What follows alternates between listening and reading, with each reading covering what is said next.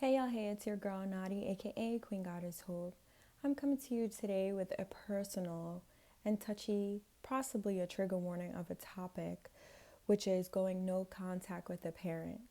And because I am not in a space right now to want to express my personal thoughts and feelings externally about this topic with anyone, I decided to go to my trusty ChatGPT to inquire about some reasons why parents are the way that they are, specifically for the boomers and Gen Xers. So I'm going to read to you my conversation with ChatGPT, which was strictly one-sided. I haven't even said thank you yet. But my question was this. Chat, what percentage of children go no contact with their parents from a mental health perspective? Why is it that children in today's society choose to remove themselves from these relationships with parents that are between the ages of 55 to 75? Chat's response is pretty lengthy, but I want you to hear exactly what was being said. Don't mind the kitty in the back. Why are more adult children going no contact? There are several reasons why children, especially millennials and Gen Z, are choosing to distance themselves from parents aged 55 to 75, which are known as baby boomers and older Gen Xers. Number one, unresolved childhood trauma and emotional abuse. Many adult children report that their parents were emotionally unavailable, critical, or outright abusive physically or verbally.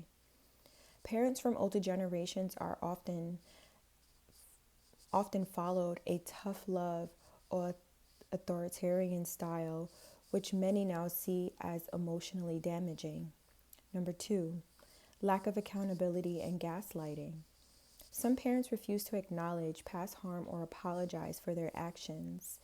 Adult children may feel invalidated when their experiences are dismissed or rewritten by their parents. 3. Mental health awareness and therapy. Unlike previous generations, millennials and Gen Zs are more open to therapy and mental health discussions. Therapy often helps people recognize patterns of narcissistic abuse, enmeshment, and toxic family dynamics. 4.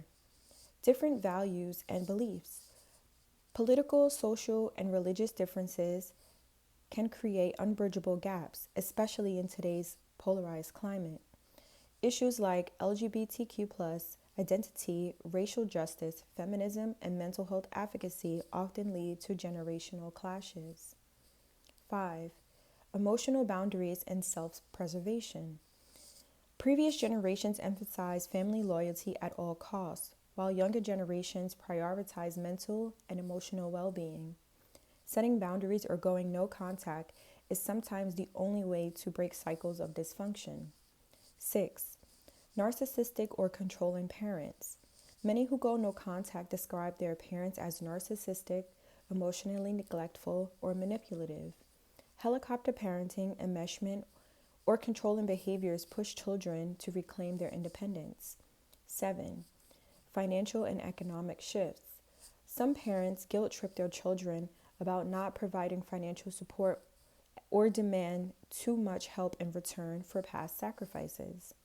Younger generations struggling with economic instability feel resentment towards parents who dismiss their struggles.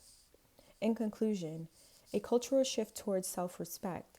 This trend is largely a cultural shift. Younger generations are prioritizing mental health over maintaining obligatory relationships. The expectation that children must honor their parents unconditionally is being replaced by the idea that relationships should be earned and not entitled. I wanted to talk about this today because back in June 2024, I decided to pull away from my parents. And it was more or less because I felt like I had done so much to maintain that relationship with each of them, but neither of them had put in the effort to maintain a relationship with me. At some point, we take a look at our relationships, or at least hope and encourage us that we should do so, and started looking at the times that I've reached out to them as opposed to them reaching out to me. I am the child. I did not ask to be here, and I don't care how old that I am. I realize that many parents have been through tough times. I recognize as a psych major that it was okay for me to step outside of myself and recognize their upbringing or what they may have gone through that now trickles down into our relationship. But that is still not a reason to pull back, because you cannot say that your upbringing is a reason to not want to have a healthy, better relationship with your adult children. If anything, that should create more of a dynamic to allow a friendship to truly be built, as opposed to a tumultuous need to need basis type of relationship. It was hurtful for me to pull back from these parents, because in my mind, they were my parents, right? And speaking with a friend of mine, he's like, we have these relationships because they are still, meaning they still are your mother. This is still your father. This is still your grandma, your grandpa. This is still your brother or your sister, or they are still family. But how many times do people remain in toxic relationships because of still? I cannot have stillness around me when they are no longer fruitful. I call my power back to me often because of this very, very reason. I recognize that everything is not always healthy, and that we try to maintain these tough love relationships by obligation. I am not into obligatory types of relationships during this phase of my life. On December 25th, 2024, I was asleep in my house by myself, and someone kicked down the front door. I'm not sure if the person was inebriated or if somebody tried to kill me or what. But all I know is that I was woken up out of my sleep in a panic state. And the first thing that I did was call for help and ran to the neighbor's house. Thankfully, they were a place of peace and protection. Once this settled and my nerves were back to normal, I called my siblings and I called my parents first. This was the first time that I spoke to them in a 6-month period. They did not give the response that I thought that they would. And how many times do we have to remember that people are not going to always give you the response that you think they will give? Neither one of them seemed to be afraid or console me in a way that I felt that I needed to be consoled. The fact that I have to say, it's nice to hear from you, is crazy. You don't even pick up the phone. You don't even care to pick up the phone to see if I'm okay. You don't even know if I'm dead or alive. You don't even know the address of where I live. That is hurtful. But then one parent decided to continue that daily, every single morning meme of good morning and some church verse, when I'm like, please use your words. Please try to create a conversational viewpoint. But then I realized that every time that person's name popped up on my cell phone screen or came across my MacBook, it gave me anxiety. And for the first time in a long time, I realized that my life was abundant without either of these parties in my life. There was no criticism. There was no need to try to appease or appeal to either party, because I want to appeal to be whomever they think I should be. I had released that people-pleasing mentality from my life because they were no longer in it.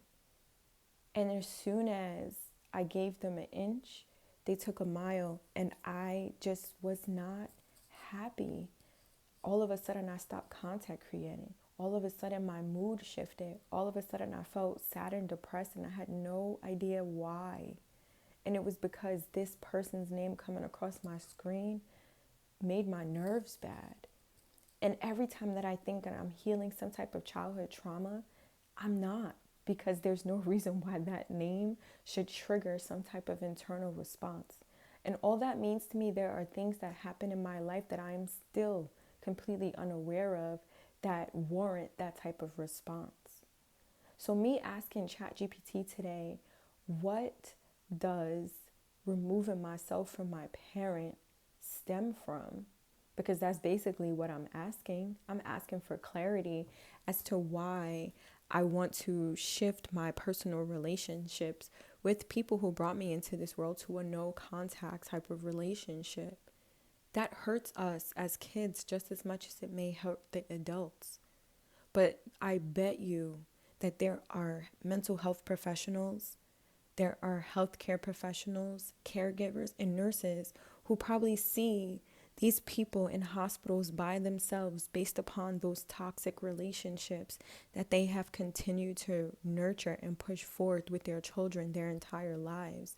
We are not obligated to take care of you. Nothing in us is supposed to tell us that we are supposed to take care of you if you have been nasty and pushing forth a public persona of love when in reality behind closed doors that is not how you treat your children. People want a cookie cutter friendship and relationship with people that don't deserve it.